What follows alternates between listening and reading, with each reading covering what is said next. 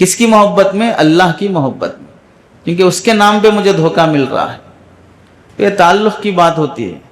ان کا جب انتقال ہوا زبیدہ خاتون کا، تو کسی نے پوچھا کہ آپ کی مغفرت کیسے ہوئی، اللہ نے کیا معاملہ کیا؟ تو سمجھا کسی نے کہ وہی جو آپ نے نہر بنایا، اتنے محل میں حافظات کا نظام بنایا، تو اللہ نے بخش ہی دیا ہوگا۔ تو زبیدہ خاتون نے سنایا کہ میری بخشش ہوئی اذان کے ادب کی وجہ سے۔ اذان کا ادب کیا ہے؟ میں محل کے باغیچے میں سہیلیوں کے ساتھ بیٹھی تھی، اذان ہوئی، ہماری گفتگو ہنسی مذاق چل رہی تھی۔ جیسے ہی اذان ہوئی تو میں بھی خاموش، سر پہ دوپٹہ، اور سہیلیوں کو بھی خاموش کر دیا، اور توجہ سے ہم نے اذان سنی۔ اللہ نے اس ادب کی برکت سے میری بخشش فرما دی۔ اب ہمارے پاس اتنا پیسہ نہیں ہے کہ ہم اپنے گھر میں محل میں 100 حافظات کو رکھ کر قرآن کی تلاوت پر لگائیں، بلکہ ہمارے لیے غنیمت یہ ہے کہ جو حافظ بن رہا ہے وہ خود تلاوت کر لے روزانہ 3 پارے، تو غنیمت ہے۔ وہ کہاں سے 100 آدمیوں کو رکھ کے تلاوت کا نظام بنا سکے گا؟ بلکہ اسے تلاوت نہیں، تدریس کا بھی موقع مل جائے تو غنیمت ہے۔ پڑھنے کے بعد آج کے زمانے میں پڑھانے کا موقع مل جائے تو غنیمت ہے۔ تو کہاں وہ اتنی خدمت کر سکتا ہے، اور کہاں نہر زبیدہ کی طرح کوئی کنواں، کوئی فلاں کام کر سکتا ہے؟ تو کم از کم یہ وہ کام ہے جو بغیر معاوضے کے حاصل ہوتا ہے، اذان وقت پر توجہ سے سن لینا اور اس کا جواب دینا۔ اذان کے جواب دینے میں مؤذن جو کلمات دہراتا ہے وہی کلمات دہرانا چاہیے۔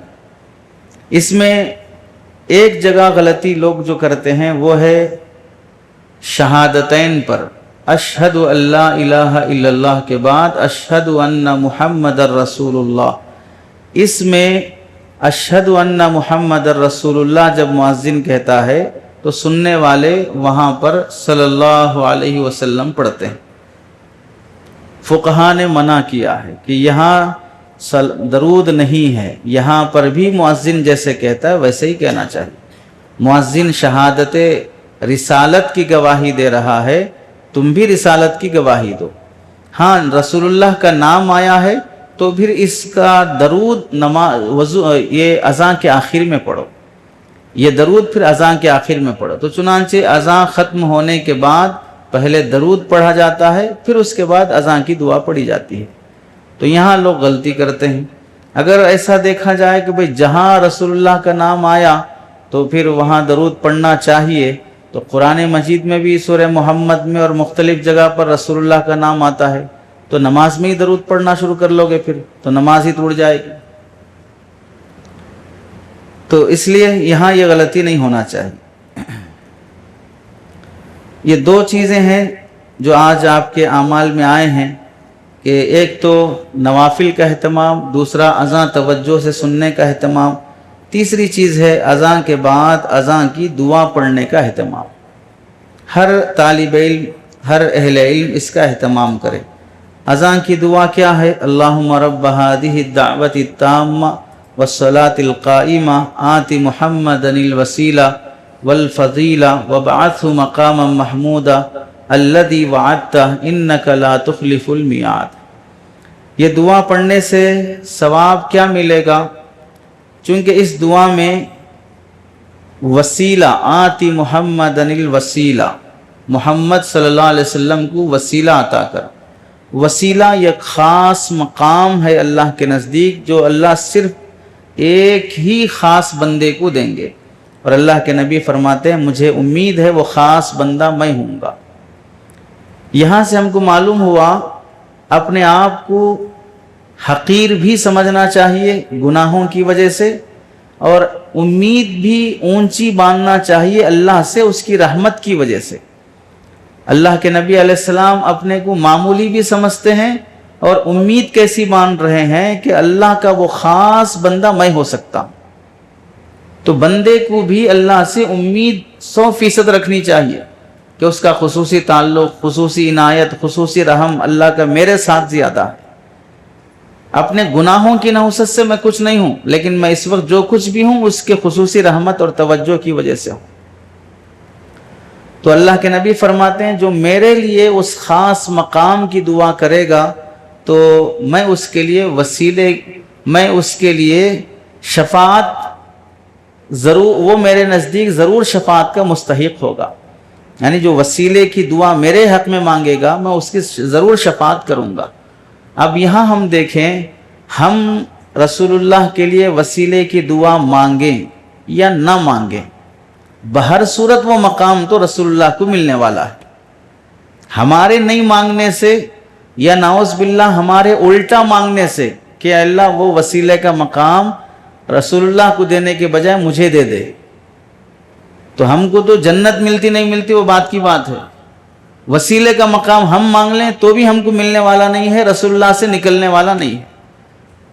لیکن مانگیں گے وسیلے کی دعا رسول اللہ کے لیے، ہمارا فائدہ یہ ہے کہ رسول اللہ ہمارے حق میں شفاعت کریں گے۔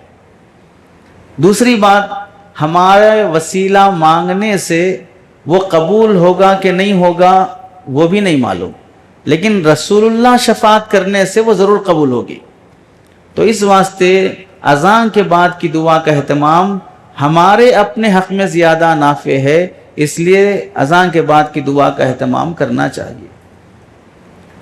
رسول اللہ صلی اللہ علیہ وسلم فرماتے ہیں فمن سأل لی الوسیلۃ حلت لہ الشفاعۃ، جس نے میرے لیے اللہ سے وسیلہ مانگا اس کے لیے میری شفاعت واجب ہو گئی۔